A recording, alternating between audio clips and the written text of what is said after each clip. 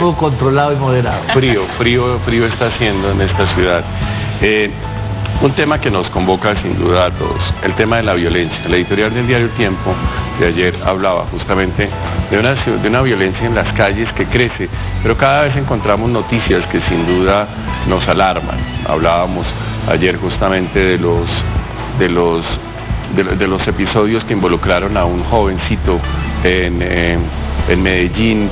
Obviamente ahorita amanecemos también con el hecho de un triple intento de homicidio a una familia que se lleva por delante a un niño de 4 años.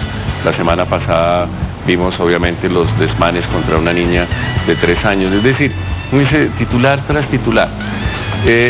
Obviamente nosotros tenemos que hacer un alto y esencialmente mirar qué está pasando con eso. Es decir, somos una comunidad violenta, qué es lo que nos dan en la leche, etcétera, o simplemente son las condiciones, porque uno entiende.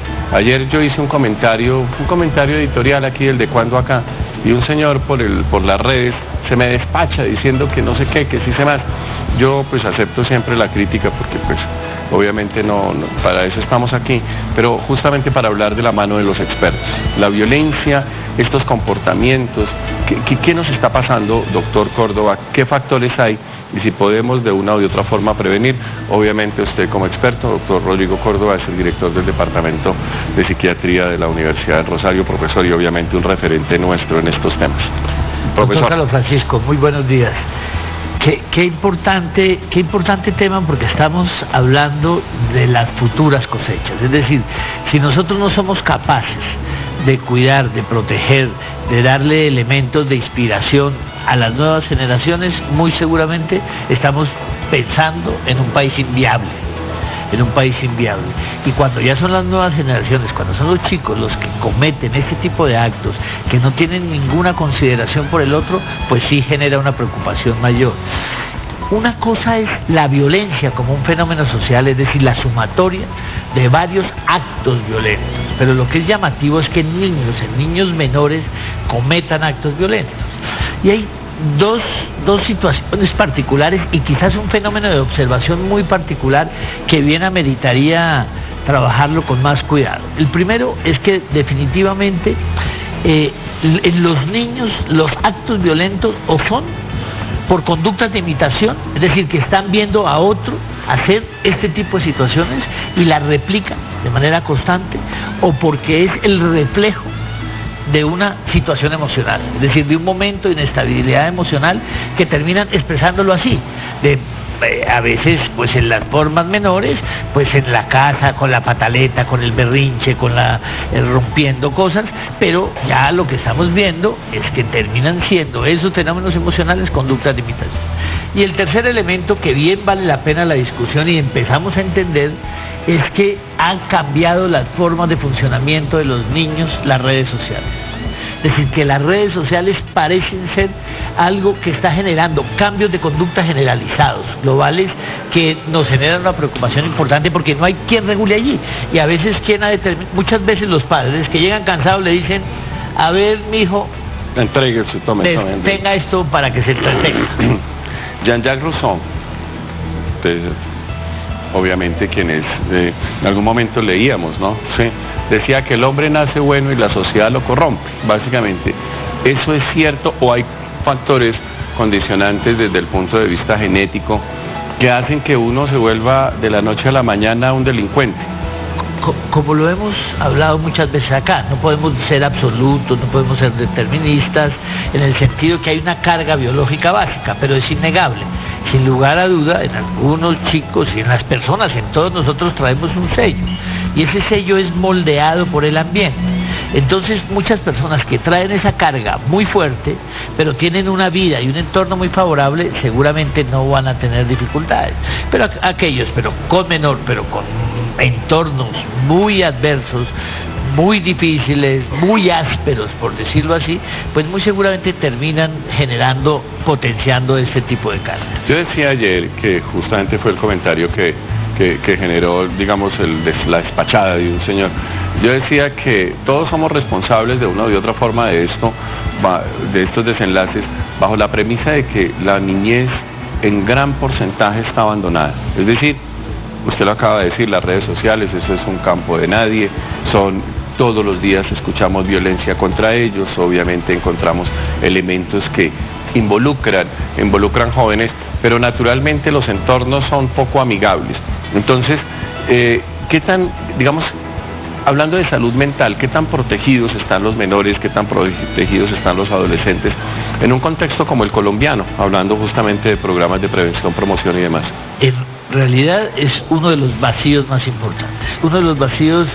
¿Por qué? Porque de hecho las medidas de soporte, quizás un país se muestra en su transformación, su desarrollo, a veces todo el mundo cree que es la capacidad económica, que es importante, pero quizás el manejo creativo del tiempo libre, la posibilidad del acceso a la educación, tener factores de protección social, son los factores en términos de determinantes sociales de mayor protección en un chico. Pero cuando nosotros vamos a ver los programas de detección temprana, de promoción y prevención de la salud mental en la primera infancia, tenemos un rezago sustancial en la ciudad, en el país y en general en todos los servicios de salud.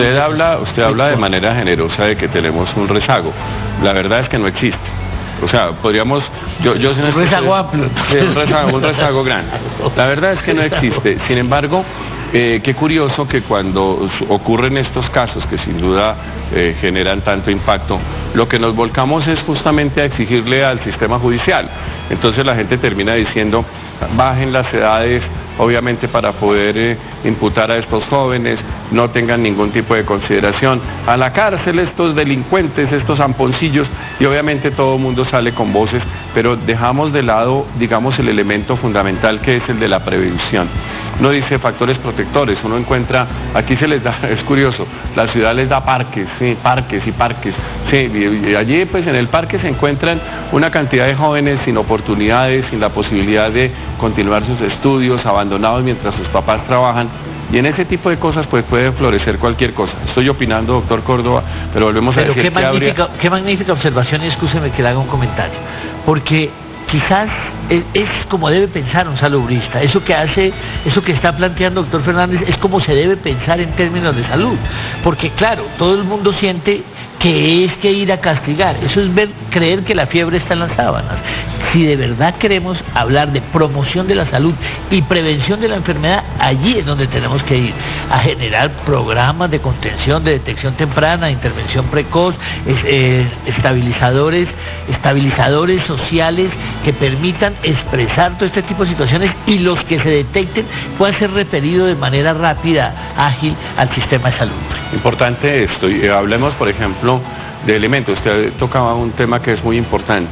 Digamos, tanta influencia, tanto impacto, tantos, por decir de alguna manera, tantos modelos impuestos que ponen, pues, obviamente en el imaginario de los jovencitos cosas que uno dice, bueno, pero es que el día es el dinero fácil, el conseguir obviamente las cosas que tienen, el teléfono de alta gama, naturalmente la ropa de marca y demás como referentes importantes. Los superhéroes de hoy en día de los jóvenes no son propiamente los nuestros. Sí, el suyo me imagino que fue Sandokan, igual que el mío, sí, una cosa ya.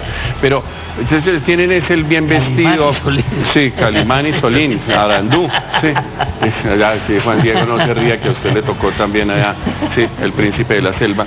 Entonces el asunto está en que nosotros, obviamente esos referentes hoy en día están puestos en las redes. Entonces el muchacho que tiene no sé cuántos seguidores en Instagram, el influenciador, etcétera, el que se viste bien, y alguien en un caldo de cultivo de estos sin ningún tipo de soporte le brinda la posibilidad. Entonces quiere el reloj, tenga esto, pero haga esto. ¿Cómo protegemos? ¿Qué hacemos, doctor Córdoba, desde el colegio, desde el sistema sanitario? Bien importante el planteamiento, porque claro, a veces, y sucede mucho dentro de nuestro sistema, hacemos diagnósticos pero poco pensamos en soluciones, no le ponemos ruedas. El primer lugar, es el entorno primario, el entorno básico. A veces hablamos de la familia como una estructura básica, pero bien sabemos que muchas veces la estructura como tal, la familia, no es la forma tradicional. Entonces en el hogar donde conviven estos chicos, esos chicos que empiezan a tener cambios, una irritabilidad marcada constante, una impulsividad, agredir cosas, agredir los animales, deberíamos buscar un entorno, quizás primero medidas o factores de protección en el entorno familiar, alguien que los contenga, alguien que los plantee, que les cambie el entorno, que les genere actividades deportivas, lúdicas, recreativas. Pero el entorno social, los educadores, qué importante lo que son los educadores en este proceso. Y ellos son capaces de identificar ese niño que es irruptivo, que hace cosas transgrediendo al otro. Estos chicos, y aquí viene el tercer piso, como bien lo planteaba, es que debería ir muy rápidamente al sistema de salud, quitándose esa carga del estigma. Claro. Es que el equilibrio emocional también se rompe, y en los niños también, en los adolescentes también. Entonces esas conductas tanáticas, agresivas, violentas, esos cambios en el funcionamiento, si somos capaces de llevarlos al sistema sanitario y establecemos un sistema sanitario permeable, muy seguramente somos capaces de detectar temprano y intervenir de una manera precoz y adecuada, y vamos a evitar desenlaces tan dolorosos como los que estamos viendo, y vamos a tener quizás un país más florido y colorido. Sin duda, y entonces eso obviamente tendría el freno, que los papás, no, que es que en Pereira hay una lista, y qué tal. No, básicamente lo que tenemos es que mirar obviamente las causas y actuar sobre eso. Nosotros aquí lo único que hacemos es como poner digamos, ni siquiera un grano de arena, es un tema ahí porque pues nos toca, pero allá desde su casa, tratemos de buscar elementos para protegernos entre todos y dentro del contexto de la salud mental, que de eso se trata, miremoslo, mira, listo. Entonces, el sistema de salud, bien.